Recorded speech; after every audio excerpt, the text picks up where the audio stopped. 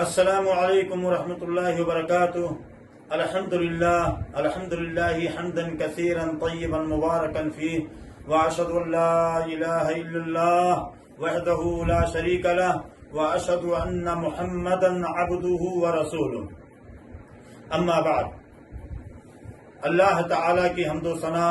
اور نبی کریم صلی اللہ علیہ وسلم پر بے حد بے حساب درود و سلام کے بعد، میرے بھائیوں،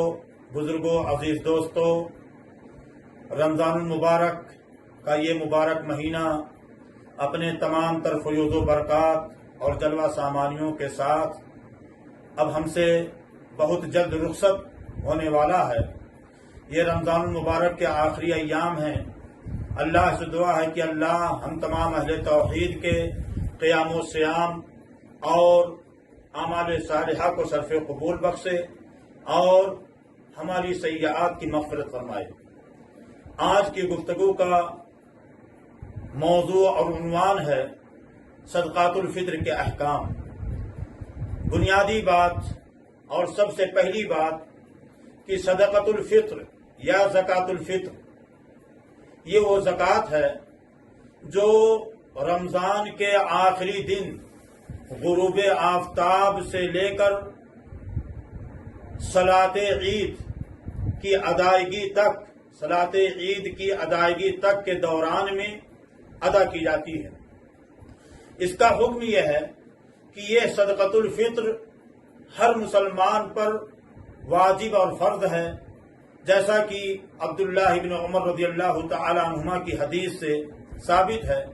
کہ اللہ کے نبی صلی اللہ علیہ وسلم نے صدقۃ الفطر کو ہر مسلمان پر، خواہ وہ مرد ہو، عورت ہو، بڑا ہو، چھوٹا ہو، آزاد ہو یا غلام ہو، سب کے اوپر اللہ کے نبی صلی اللہ علیہ وسلم نے زکاة الفطر کو واجب اور فرض قرار دیا ہے۔ عبداللہ ابن عباس رضی اللہ تعالی عنہما کی حدیث سے ایک دوسری اہم بات یہ معلوم ہوتی ہے کہ یہ صدقۃ الفطر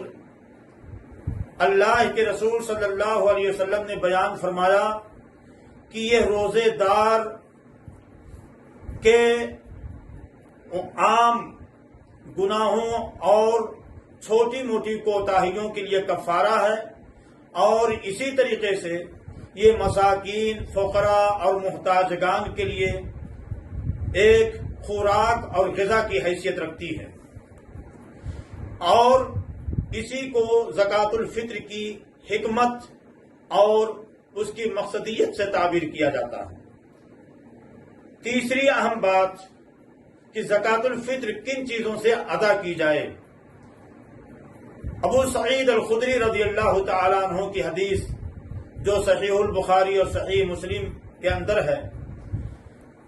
ارشاد فرماتے ہیں کہ ہم اللہ کے نبی صلی اللہ علیہ وسلم کے زمانے میں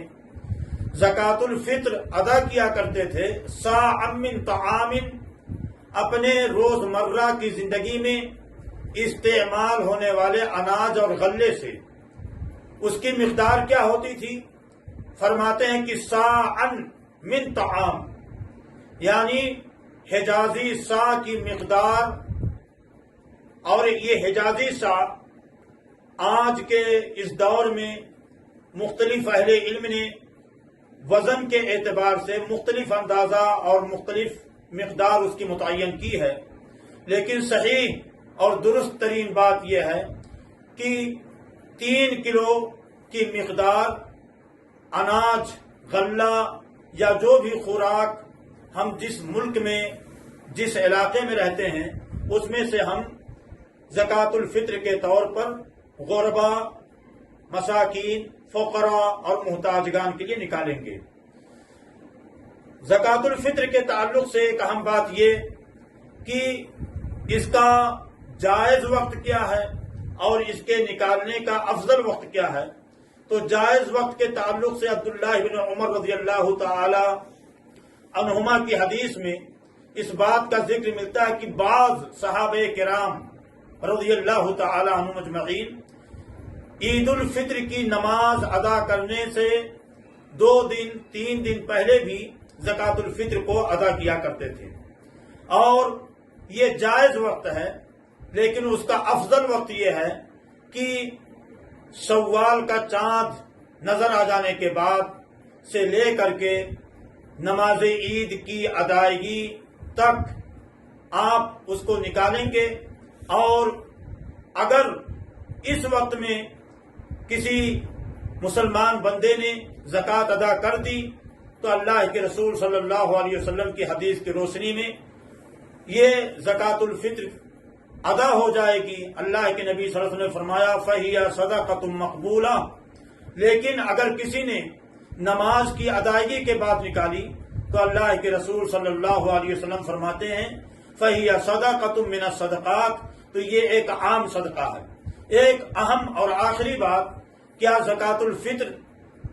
نقد کی شکل میں نکالی جا سکتی ہے؟ یہ بڑا اہم سوال ہے۔ اس تعلق سے اہل علم کے اندر اختلاف ہے، اور امام محمد بن حنبل رحمۃ اللہ علیہ کے دو قول میں سے ایک قول یہ ہے کہ زکوٰۃ الفطر کو نقد کی شکل میں بھی